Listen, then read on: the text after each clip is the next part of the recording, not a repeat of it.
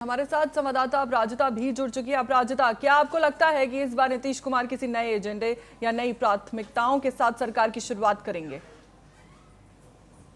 देखिए, नीतीश कुमार के बारे में कहा जाता है कि बिहार की राजनीति में नीतीश कुमार का बहुत ज़्यादा योगदान रहा है और अभी भी वो उस पद पर जो है बने हुए हैं।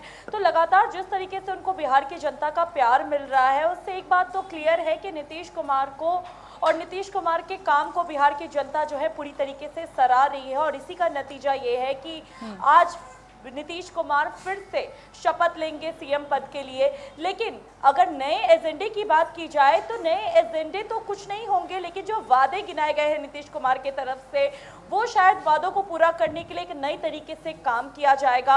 और जिस तरीके से उन्होंने पहले भी कई सारी नीति लागू की है, लेकिन उसमें कुछ नीति ऐसी है जो फेल नजर आई है। हो सकता है नीतीश कुमार उस पर कुछ नए तरीके से काम करते हुए नजर आए, क्योंकि आपने देखा कि किस तरीके से बिहार की जनता लगातार शराबबंदी से लेकर के नल जल योजना तक पर जो है अपनी बातें मुखर होकर रखती हुई नजर आई और सीधे तौर पर ये कहती हुई नजर आई कि नीतीश कुमार की ये जो नीति थी, ये जो योजना थी, वो पूरी तरीके से फेल है, क्योंकि शराब पूरी तरीके से मिल रहा है। लेकिन हमेशा आपने ये देखा है कि सत्ता पक्ष से इस पर जो है बातें ये कही गई हैं कि जो पहले लोग पी करके जिस तरीके से सड़कों पर हंगामा करते थे, जो रायता फैलाते थे, वो तो चीजें बंद हुई हैं। तो कुल मिलाकर देखा जाए तो उन पर बारीकियों से काम करने की आवश्यकता है। तो एक नई रणनीति जरूर बनी होगी। और इसमें सबसे अहम बात यह है कि फौजिया, इस बार जब नीतीश कुमार आए हैं तो उनके साथ साथ पूरी गठबंधन आई है और इस बार बीजेपी जो है उनसे ज़्यादा सीटें लेकर के आई है। तो ऐसे में सभी पार्टी का विचार विमर्श होना बेहद ज़रूरी है। पार्टी क्या रणनीति तैयार करती है बिहार के लिए, क्योंकि अकेले नीतीश कुमार को जहां तक देखा जाए तो अकेले नीतीश कुमार ही नहीं रहेंगे, वो सीएम ज़रूर हैं, आखिरी मोहर उनकी किसी भी योजना में लगेगी।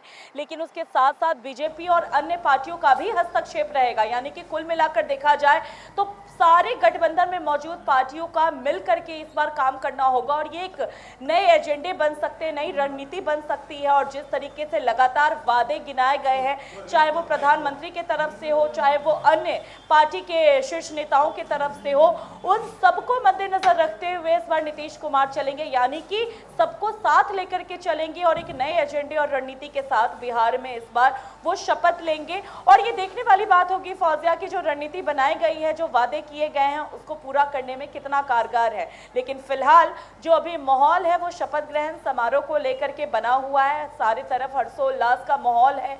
पटना पूरा सज चुका है और चारों तरफ गांधी मैदान में जितने भी गेट बनाए गए हैं, सारे गेट में से कुछ गेट को लेकर के, जैसे उसमें टोटल 10 गेट हैं और सारे गेट में से कुछ गेटों को बंद किया गया है, कुछ गेटें खोली गई हैं, कुछ वीआईपी मुख्य द्वार खोले गए हैं और 1 लाख से ज्यादा जनता के बैठने की व्यवस्था तक की गई है। यानी कि कुल मिलाकर देखा जाए तो पूरे जश्न की तरह आज के शपथ ग्रहण समारोह को मनाने की तैयारी में सब लोग जुटे हुए हैं। और जिस तरीके से लगातार व्यवस्था हो रही थी, उसके मद्देनजर रखते हुए आप ये देख सकती हैं कि पहली बार ऐसा होगा कि किसी मुख्यमंत्री के शपथ ग्रहण समारोह में प्रधानमंत्री मोदी यूं इस तरीके से आएंगे, यानी किसी प्रधानमंत्री का आना होगा।